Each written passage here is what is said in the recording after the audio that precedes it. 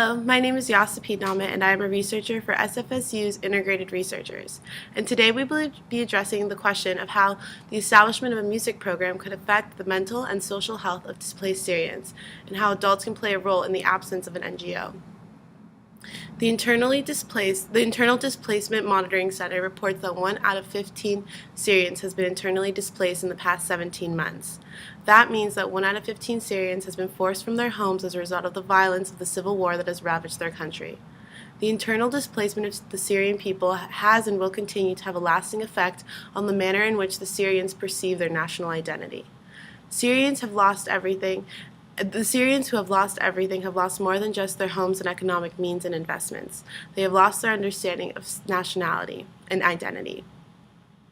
As people struggle to survive to make ends meet, it's easy to forget what it means to be Syrian outside of the context of the violence that surrounds them and overwhelms them. Our goal is to restore the Syrian national identity by placing an emphasis on their rich culture and background, and perhaps in celebrating their identity they will be able to see past the smoke and the bullets and fight for who they are, as opposed to subscribing to the blind hatred that fuels the violence around them. Specifically directed towards children that have been displaced because of the conflict, the music programs have been shown to combat the negative effects of war on the psyche of youth. Programs such as War Child, who develop music programs in war-ravaged countries, have seen immense success in implementing music programs. They have worked with withdrawn, scared, and distrustful children of these conflicts and have successfully seen their inner child come back. The issue of mental health and social health is often overlooked when discussing a conflict of this magnitude, but the mental and social health of the Syrian people will have a lasting effect on how Syria develops during and after the conflict. The fate of Syria depends on the people's resilience, and the resilience is wearing thin as they lose sight of their national identity. Our project is aimed at restoring the Syrian national identity for the internally displaced and restoring their culture in hopes that in doing so, we can salvage their hope for their future and their faith in both themselves and their country. Music is a pillar of the Syrian culture, as Syria was once known as one of the cornerstones of music in the Arab world. Although their rich culture has been cast aside as the attention has been directed at violence and conflict, it is important to recognize the role that a people's history and culture play in their understanding of who they are. By bringing back music into the lives of the Syrians, and most specifically those who are displaced, perhaps we could take the first steps towards restoring the Syrian identity by reminding them of who they are, separated from the violence. So when the violence ends, there will still be a national identity to rebuild what the violence has destroyed. Thank you.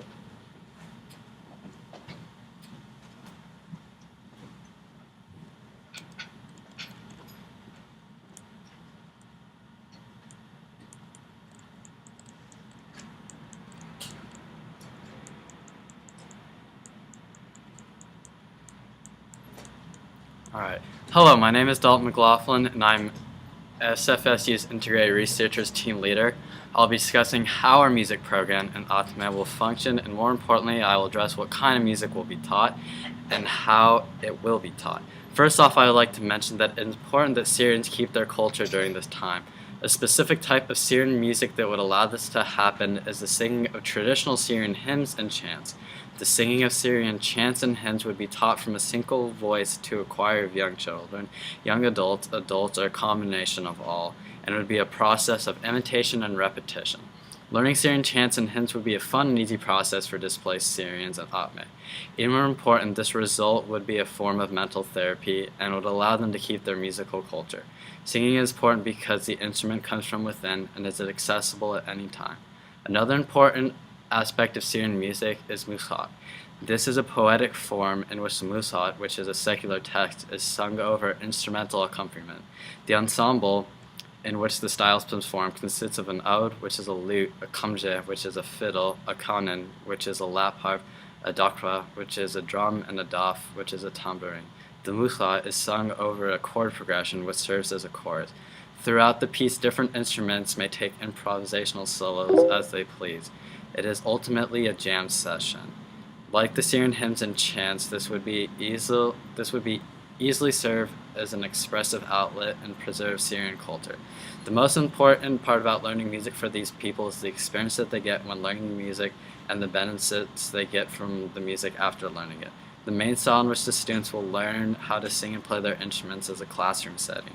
In a choral setting, an instructor will lead warm-ups, teach people their parts, and will ultimately rehearse the music as a whole.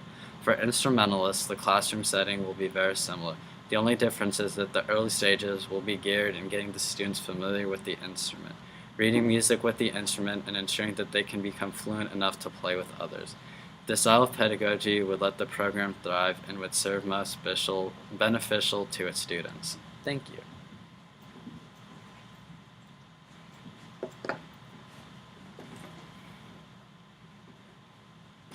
Hi, my name is Martha, and I'm the co-leader of SFSU's Integrated Researchers. I'm going to talk about where we want to implement the musical program. We have chosen the biggest refugee camp in Syria, which lies in the village Atme, located near the Turkish border. The population in this village has become 7 times larger than before the crisis. It has 1 big refugee camp and 2 smaller ones nearby. And according to Amnesty, there are about 21,000 Syrians living in the biggest camp. The camp was established in 2012 because of Syrians who tried to cross the Turkish border but were not let in because of lack of space in the camps. Atma is one of the safer places in Syria. It is held by the opposition, so more and more people are coming here to the camp. But though the camp is referred to as a refugee camp, the Syrians who live there are not classified as refugees. They are displaced people because they have not left their home country. A recent report from Syria Regional Refugee Response shows that over 5.1 million people are estimated displaced within Syria to this day. The conditions in the camp have gradually improved the last year. In January, there were several reports of serious lack of food and shelter, and candle fires have ended in tragical deaths of children living in the camp because there is no electricity. Today, the conditions are somewhat better. There is a main street in the camp with stalls set up that sell cigarettes, soda, and sandwiches for those who can afford that. And there's also barbers in the tents and, of course, a mosque. There's also some food, and a ready meal breakfast is sent in by the Turks each morning, and a simple lunch is prepared in the communal kitchens and distributed in buckets around the camp. But there's still lack of medical care, food, and electricity.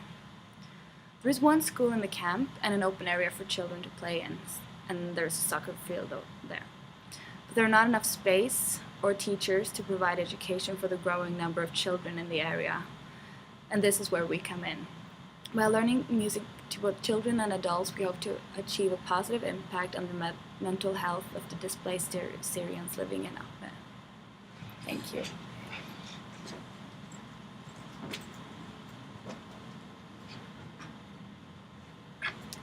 Hello, my name is Blake Armis, and I am one of the researchers for the SFSU Integrated Researchers. Today, I will be discussing how our proposed IDP camp music program will integrate itself into Atme and will reach the affected people. Atme is highly populated by children, and the easiest way for the music program to integrate into the camp and create a lasting impact is for the program to be introduced to schools within the camp. This particular camp has 1 school, the House of the Revolution School. The music program would be able to train the adults and teachers involved in the school and implement the program into the curriculum. Children are the future of the country, and by giving them the gift of music will ensure that it remains a big part of Syrian culture. Music would also provide an emotional outlet for students to express themselves. Since the music would be a part of the curriculum, students would grow up with musical interests and be able to continue those interests into their adulthood and mentor the younger students. An organization called the Union of Free Syrian Students is already a strong presence at Atme and will be able to safely introduce a music program to the Syrians living in the camps. The UFSS is crucial to the success of this music program because due to security issues, the camp does not allow just any organization to implement policies and ideas.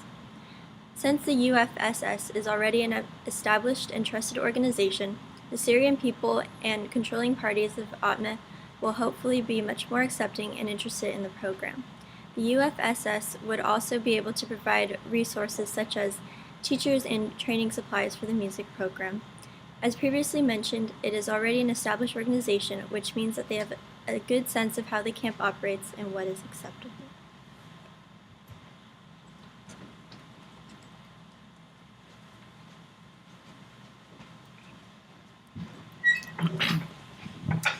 Hello, my name is Alejandro Adame, and I'm a research member for SFSU's Integrated Researchers. I will be discussing about how this program will continue to function following the absence of the organization, and who amongst the displaced refugees will take an initiative role as the group leaders and implement this program.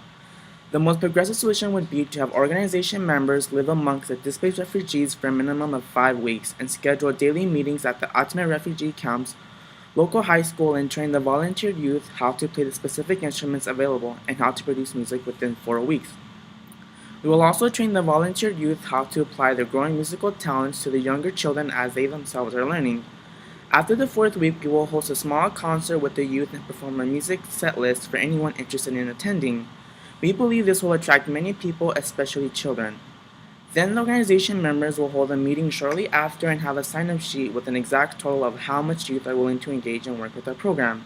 We will then spend the final week shadowing the fully trained volunteered youth and have them take lead in the next program meeting and make sure they understand the pre-made goal expectations and fully understand exactly what must be done to make this program a success.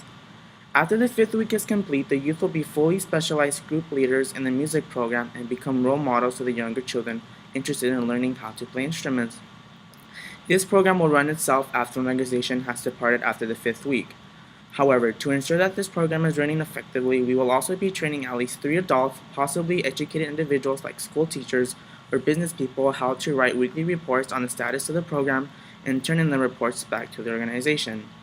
After 4 months have passed, organization members will return to the local high school and record music sessions with the musically trained youth and present them to other NGOs, IGOs, and private companies in order to get sponsors who are willing to donate money or instruments to the local high school to promote the importance of music for the next generation.